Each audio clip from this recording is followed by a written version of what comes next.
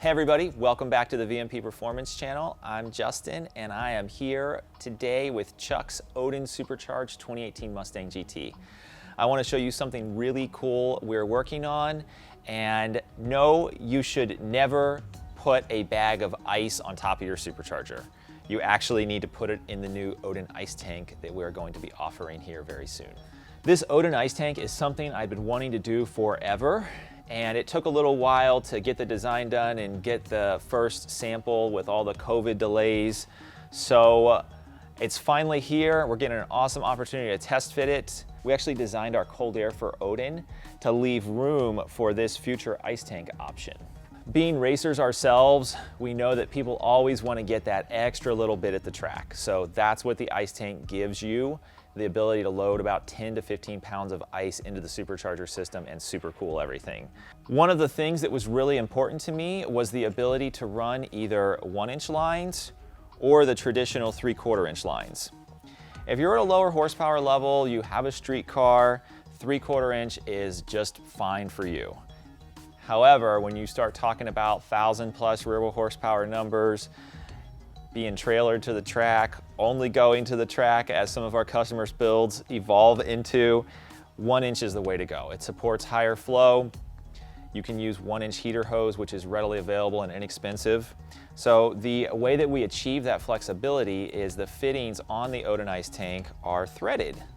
So you can install any size fitting you want. You can even do AN lines with adapters from 3/4-inch MPT to -12 or -16 AN.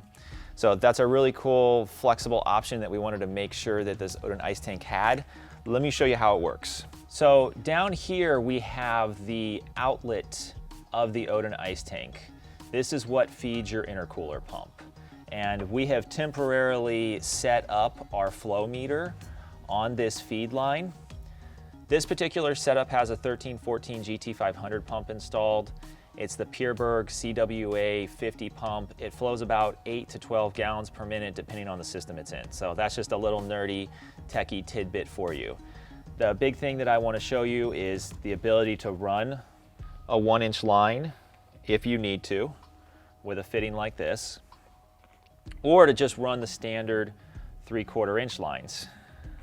Up top here, the Odin Ice Tank actually has 2 returns with 2 3/4-inch fittings. Since Odin uses a dual intercooler configuration, we have separate feeds and separate outlets returning back to the tank. The proper way to plumb an Odin intercooler system is to run the coldest water through the bottom and the hottest water, the outlet, out the top. So this is our outlet water. There's actually a line that gets looped around under here that you can't quite see because of the degas bottle and the JLT oil separator. So these are both of our returns.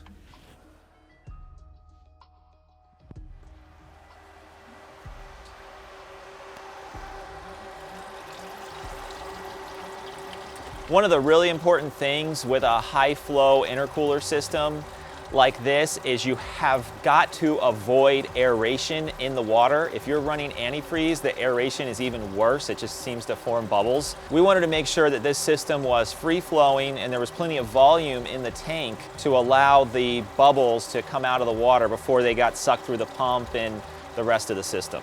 While we were running the intercooler pump, we did check our flow meter, which is mounted down there in the fender. It was clocking about 8.3 gallons per minute. That's a nice number at this power level. You can even go up to 12 to 15 gallon per minute for extreme setups, especially for mile racing. This is a good flow rate for what Chuck is doing with this car.